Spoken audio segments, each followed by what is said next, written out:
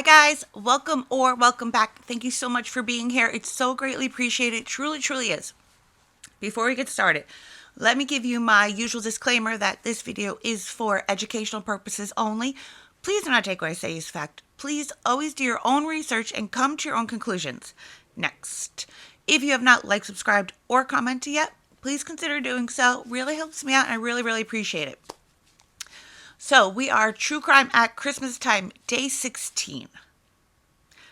Okay. Let me give you a major trigger warning that the information in this video is extremely difficult to listen to. So please take that into consideration before moving forward with this video. On top of that, it involves a child. So please take that into consideration. If it's too much, please don't watch this. Last, but certainly not least, if you don't want a child, don't have one. It's okay to be honest about not wanting to be a mother. If you end up having a baby that you don't want, there are so many couples out there that would give anything to be parents. Let a loving family give your child everything that every child deserves in life. Okay, let's start. Sebastian Kalinowski was born on July 16, 2006 in Kędzyn, Poland. His mother, Agnieszka Kalinowska, I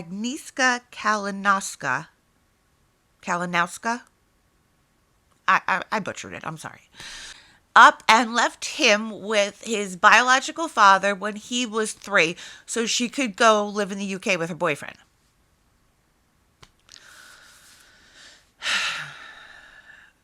They would end up renting a room from a childhood friend of Agnieszka that also relocated to the UK, a man named Andre.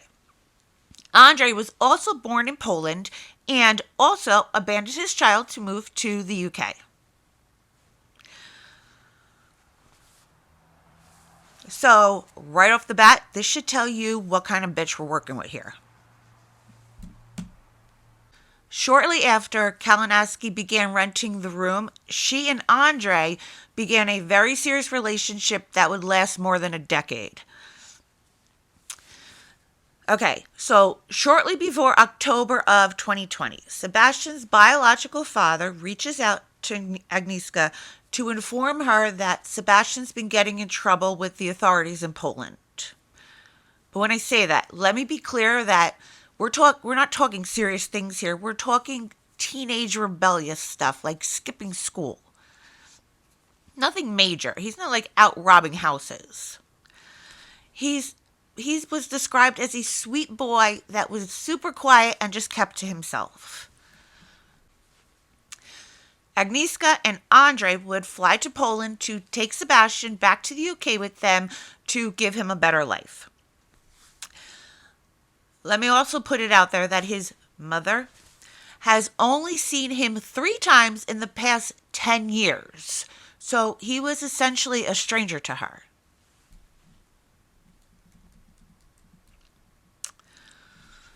By all accounts, in the beginning, he was cared for quite well. He was enrolled in school. He was doing very well. He was trying to learn English from teachers. He was clean. He was happy, and he was always put together. But this didn't last long. By Christmas of that year, which is only 2 months, Agnieszka was complaining to friends about her son and telling them punishments being placed on him for minute things like dropping a piece of food on the floor. The earliest recorded abuse was filmed on a cell phone on January 18th, 2021. In this video, Andre can be heard screaming and cursing at Sebastian. In another January recording, This time it was just audio. Andre can be heard beating Sebastian's feet with a broken spindle from the staircase.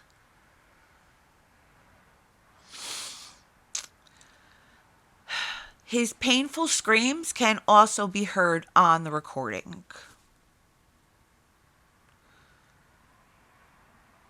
Sebastian would almost always be hit in places that were easy to cover up with clothing. But if bruises were ever visible, Agnieszka would call him out of school, either saying that he was sick or that he tested positive for the Rona, because this was at the height of the Rona. So it was much easier for them to get away with a lot of stuff.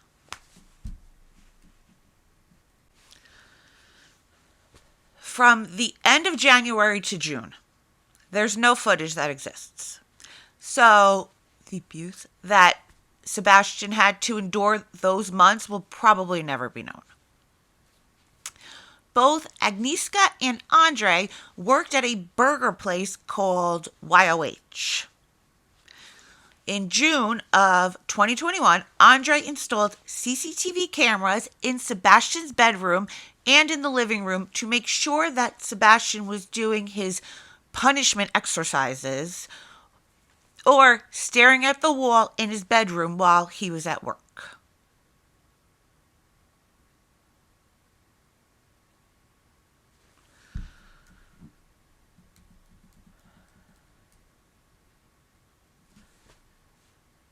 Andre would beat Sebastian with a bed slat and an electric cable. He would use martial art techniques to punch and kick Sebastian repeatedly in the head and torso. Sometimes Agnieszka would be seen egging Andre on and participating, and other times she would be seen on the video sitting on the couch watching TV, eating or drinking while Andre was doing the beatings.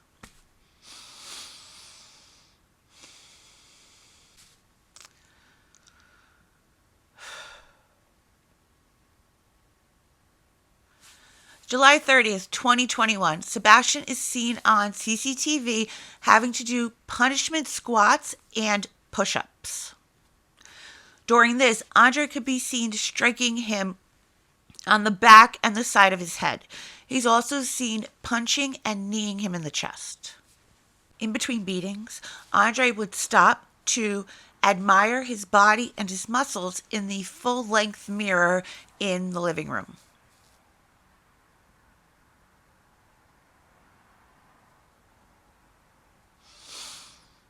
He was a bodybuilder. August 13th, 2021 would be the day that Sebastian's little body would have to give in to the abuse it has endured for so many months. So the timeline of that day goes as follows. Sebastian would wake up to another beating as usual. At 8:26 a.m., both parents are seen on the cameras. Andre is carrying Sebastian, who is unconscious and wet, into the living room. Agnieszka is seen putting a blanket on the floor, and Andre places Sebastian onto the blanket in the living room. He then attempts to do chest compressions. At 9:26 a.m., Andre is seen on CCTV in Sebastian's bedroom. Sebastian's on the bed, and Andre is pouring water down his throat. So, in case you're asking yourself, why would he be doing something like this? The answer would be to make it look like an accidental bathtub drowning.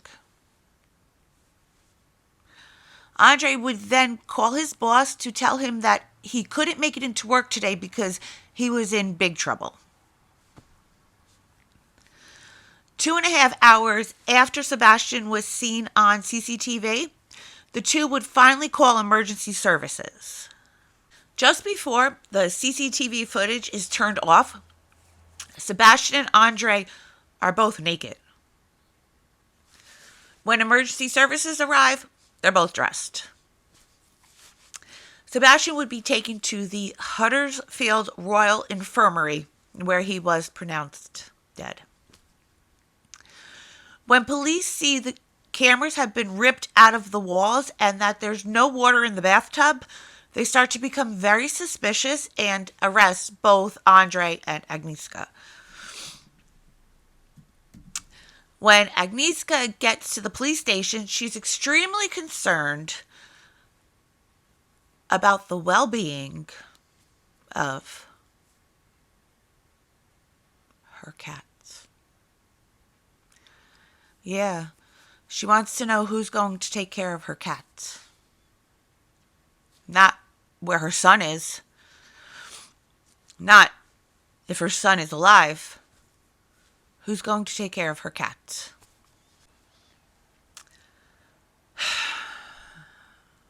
Now police know that they need to execute an emergency search warrant like yesterday. So they go in, they take everything, including the CCTV footage that Andre hid in a drawer in the living room.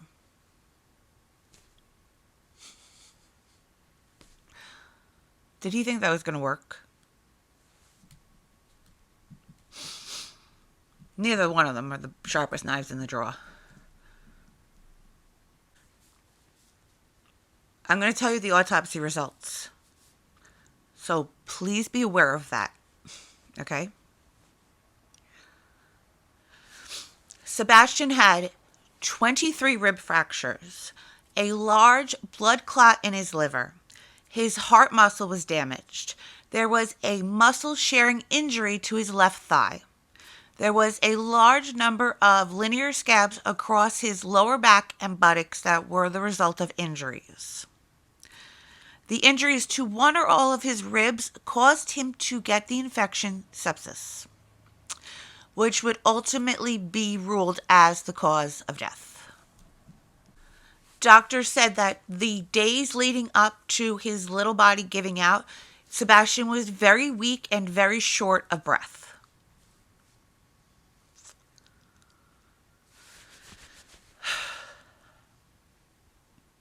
I hate doing these videos. I just hate doing the kid ones. July 16th, 2022. Both pled guilty to the offense of cruelty to a child. July 14th, 2022. Both pled guilty to manslaughter. July 22nd, 2022. Both were found guilty by a jury. Andre's defense team would claim that he was just trying to give Sebastian reasonable discipline. Okay. Agnieszka's defense claimed that she was a victim of DV at the hands of Andre, and she was afraid for her life. Okay. Let me put this out there.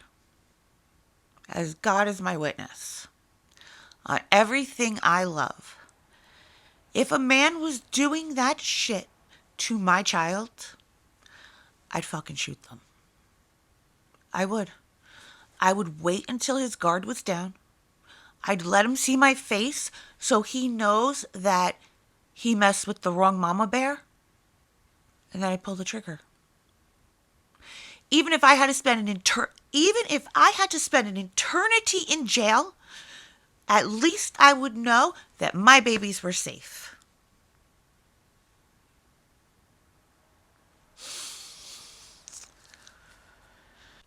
She's a fucking dirty bitch. She's a fucking dirty bitch. She's garbage on every level. Every level. Agnieszka took a different approach than I would, and she wrote Andre a letter while the two were in jail.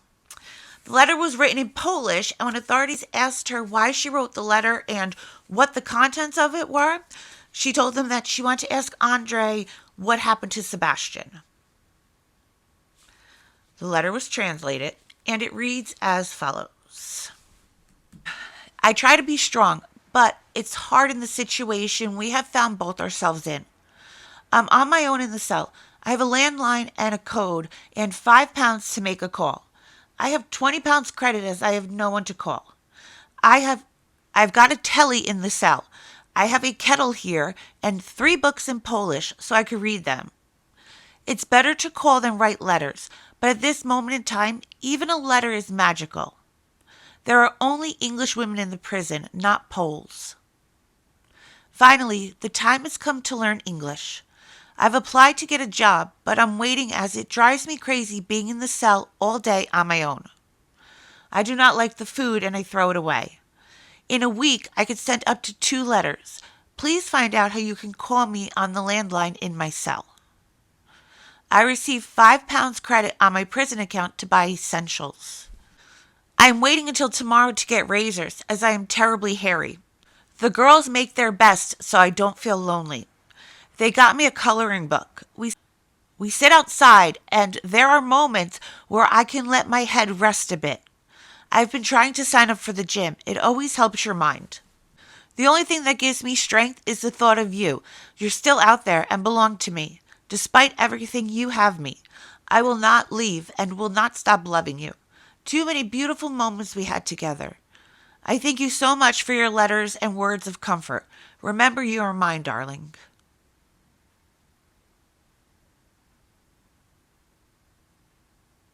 You fucking bitch. Okay, so, unless I missed something, I didn't hear her mention Sebastian at all.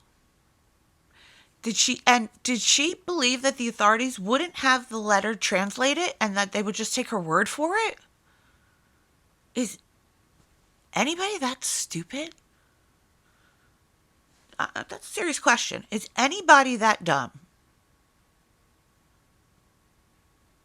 And why is this woman writing a letter to someone she's so scared of, especially since she's safe now because there's no way he can get to her because they're both locked up?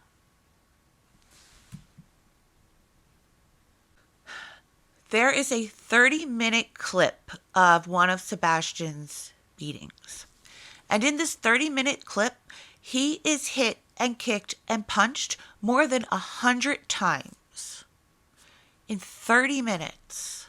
Wrap your head around that.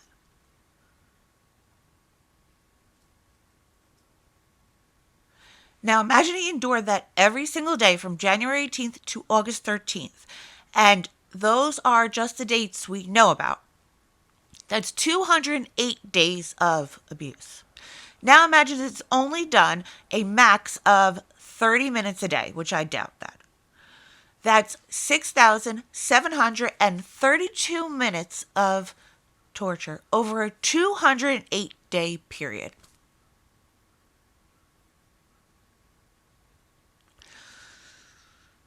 In the end, the judge sentenced the two to life in prison with a minimum of 39 years before they're eligible for parole. I don't agree with it, but who am I?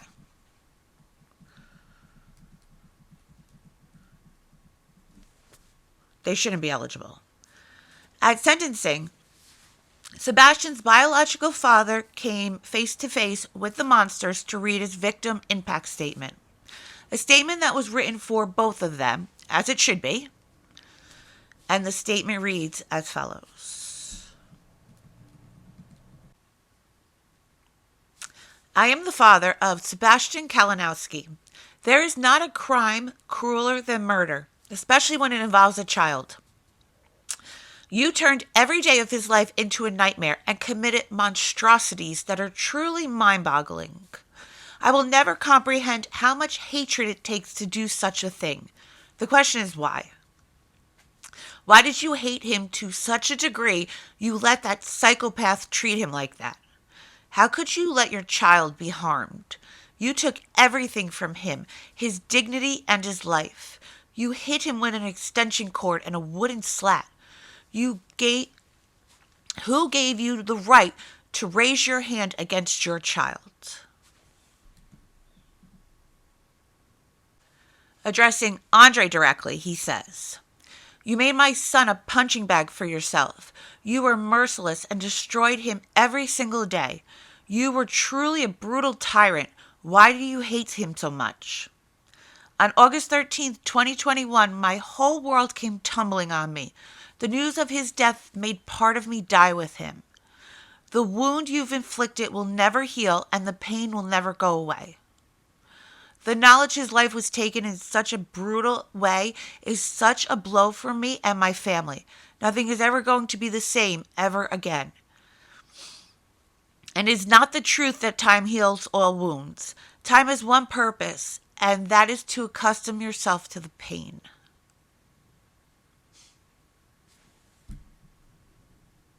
You did not even know your own child. You never wanted to care for him and left him when he was 3 years old. The only single memory you are going to have will be that of tormenting him. You never asked how he's getting on in school. You never knew his childhood dreams. You never saw him grow up or develop because you decided to end his life in such a brutal fashion. What kind of mother are you inflicting this suffering?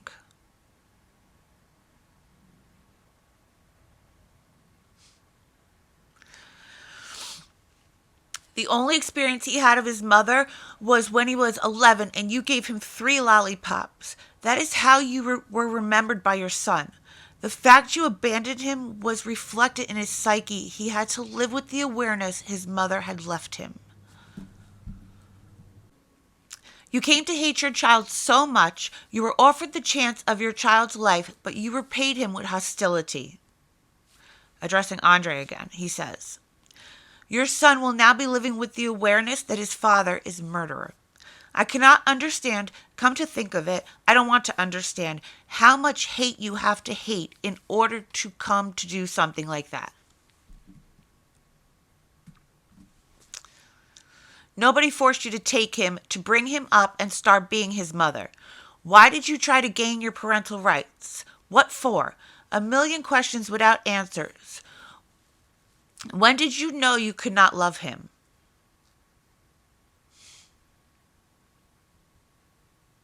Sebastian was craving your love and attention.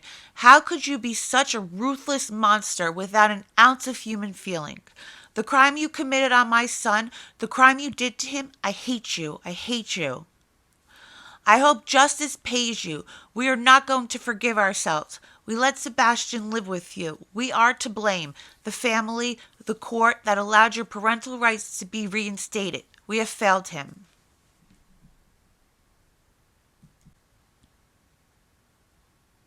I have the picture of how you manhandled him. The picture of you torturing him with smiles on your faces. Every time I think of it when I stand before his grave, this is the picture I will have before my eyes. No mitigation for you. The crime you committed does not need forgiveness. We are not even going to even try to understand it. For you, there will be no forgiveness, and I hope every time you close your eyes, you see his face when he is in excruciating pain, and it stays with you forever. All those punishments of yours, the fact that you had been humiliating him so much, only testifies how ruthless you are, how much monsters you are.